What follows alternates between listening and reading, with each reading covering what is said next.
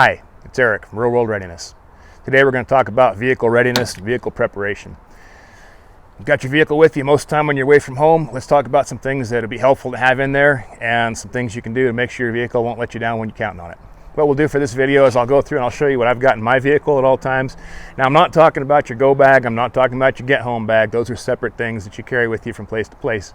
I'm talking about things that are handy to have in the vehicle all the time that you don't have to remember to bring with you, that they're just there as part of your vehicle kit. And we're going to talk a little bit about making sure your vehicle is in good shape and some tips to make it more ready in case you do need to depend on it in a more serious fashion than you do in your day-to-day life. So like I said, single cab truck, not a lot of room, so I got stuff kind of hidden away. First thing there is I have my dog with me most days, so I carry a harness and leash in case we have to walk. That has happened. I've gone to the store and the truck wouldn't start and had to walk to my wife's work to get the other truck or whatever the case may be. And it's good to be prepared to walk your dog. Now, the rest of the stuff is stowed here behind the seat. Now, as you can see, it's pretty tight back here. There are a number of different kinds of rear seat organizers that you can put behind seats and that store things. I do have this bag here, which we're going to take out in a second, and I'll show you what's in it. But you can see everything's kind of nice and neat back there. You have to come back once in a while and clean up it, or else it just gets out of hand. But you can fit quite a bit of stuff even in a single cab pickup. So if you have a trunk or a dual cab, you have a lot more room to put things in. There's no excuses.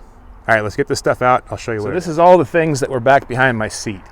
I'll go through the peripheral stuff first. First one, fire extinguisher. Self-explanatory. You never know when you're going to need that, either for yourself or someone else on the highway.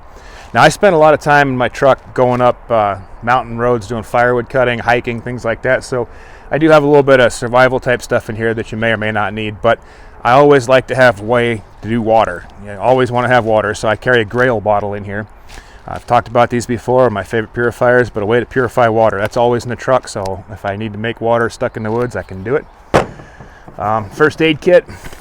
Gotta have a first aid kit in your vehicle. Again, both for yourself and also for anybody you might come across that needs assistance. A lot of times you'll find accidents or whatever on the road. I always have a blanket. In the wintertime, I'll have more blankets, more warm clothes, warmer boots. That's another thing that's not represented here, is I always make sure I'm either wearing good shoes or I have good shoes in my vehicle. I should have an old pair of boots in the truck all the time in case I forget to bring one with me, because if your vehicle breaks down, a 5-minute drive is a heck of a long walk, and you're going to want to make sure you got good footwear. You got your vehicle emergency supplies. I got oil and antifreeze for the truck in case I have a leak or a problem with either one of those. I can get home, fix it, and get home. If you don't have the antifreeze, at least have a container you can put water in to fill your radiator. You should ideally have the antifreeze, and you can use that container to add more water if you need it. But make sure you got your fluids. I should have transmission fluid and a power steering fluid. I don't. I will rectify that.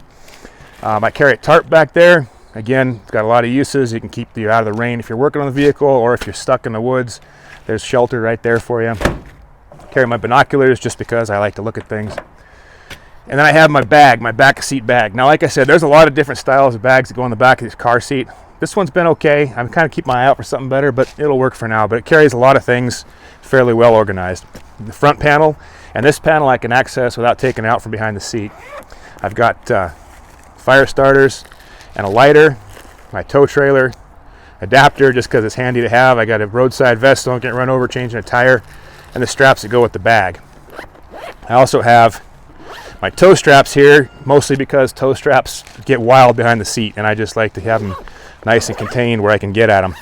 I have some basic hand tools, wrenches, Allen wrenches, pliers, battery cleaner, just little stuff you need, a couple of screwdrivers, stuff you need to get yourself out of trouble on the side of the road. You could carry more tools than I'm carrying too. That's just a bare minimum. On the other side of this thing here, I got my snowplow controller in there just so I don't lose it before winter comes around. I'm going to put some more tools in here eventually. I haven't quite got around to doing that yet. Got my bungee cord, my cargo net, jumper cables, and in addition to the jumper cables, I have one of these units that you can use to jump the car by yourself. With the jumper cables, obviously, you need to have another vehicle to jump from. With this, if it's fully charged, you can jump start the vehicle just with this battery pack, and it'll turn this truck over no problem at all. It just fires right up. And these things are getting cheaper and cheaper. There's a number of different brands you can get on Amazon. You should definitely get those. If you do carry jumper cables, make sure that you know how to use them and connect them safely, because if you hook them up wrong, you can really damage your electrical system. But they're super simple tools. You should know how to use them. That's pretty much the bulk of the stuff I carry in my car. Now, again, this is not your get home stuff. This is in addition to the get home bag, in addition to your go bag, whatever other supplies you carry in your everyday carry kit. This is a pretty minimal set of things, but this will handle most of the emergencies that are going to come up on the road. This will handle most of the stuff. Again, if it was winter, you're going to want to adjust seasonally. In the winter, I also carry a small stove. You can carry dehydrated meals, a little bit of food, but this is a pretty good, covers the basics kind of kit. Like I said, there's lots of other things you can put in here. And in the wintertime, you're going to want probably some more warmer things. You're going to want some more warmer shoes, warmer clothes, the things that if the engine stops working and you're stuck on the highway with the weather, whatever you need to adjust to that. Summertime's a little simpler. All right, let's talk about the vehicle itself and the things you can do to keep your vehicle itself ready. Your vehicle is a more important part of your life than you anticipate. Just think about how much easier life is having a vehicle to get where you're going. And think about the fact that you're bringing your shelter and your warmth, your environmental protection with you wherever you're going. If you're traveling and you break down in the summer in the heat, if you break down in the winter in the rain and the snow, you've got shelter, and if the engine is running, you got warmth everywhere you go. Now imagine something big has happened. You've had a natural disaster, you've had some kind of emergency, and your vehicle is now your lifeline. It's important that you can rely on it, you can count on it. That means you can't ignore the little things before they get big. You got to fix your vehicle, you got to keep it in good repair.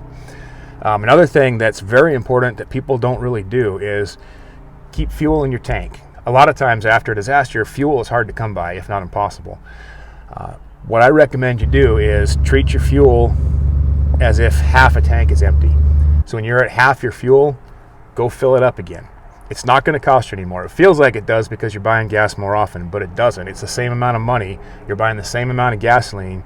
You do have to go to the gas station a little more often, but it's a small price to pay. If a hurricane or tornado or an earthquake or some unexpected event happens and your tank is bouncing off empty and the gas station's closed and you can't go get more gas, you're out of luck. But most vehicles, even a half a tank of gas will get you 100, 150 miles, maybe 200 miles even. And that could be life-saving in some cases. It could definitely make your life a lot easier if you're toting water, if you're helping neighbors, if you're clearing brush, if you got to go to town to see what's going on because comms are down, whatever the reason is. If you always have at least a half a tank of fuel, you're golden, you're ahead of the game. And it's not hard to do. The other thing too is know your vehicle, know how to check the oil, know how to check all the fluids, know how to check the belts. Make sure you're keeping up on your maintenance, getting your brakes done, doing your tires. Make sure you're keeping your tires aired up so you don't have a flat. Make sure too that your spare is in good shape, that your spare has air in it, and you know how to change a tire without help. If you can't call for help, if you're on your own, can you get your vehicle back on the road? It's a good idea too to learn to do some basic repairs, learn how your engine works, learn how your vehicle works and how you can fix it so that if you do have a minor repair on the side of the road, it's not the end of the world. You're not stranded, it's not a disaster, you can fix it. So it's boring stuff, but when you need to count on your vehicle, it needs to be dependable. You need to be able to make sure it's going to work for you, and you need to be able to be confident in your ability to take care of your vehicle and yourself. Well, that's about all I can think of for now on vehicles. If you have any questions, any comments, any tips, any tricks, put them down in the comments below and we'll address them down there. I'll see you next time. Until then, stay safe, stay ready.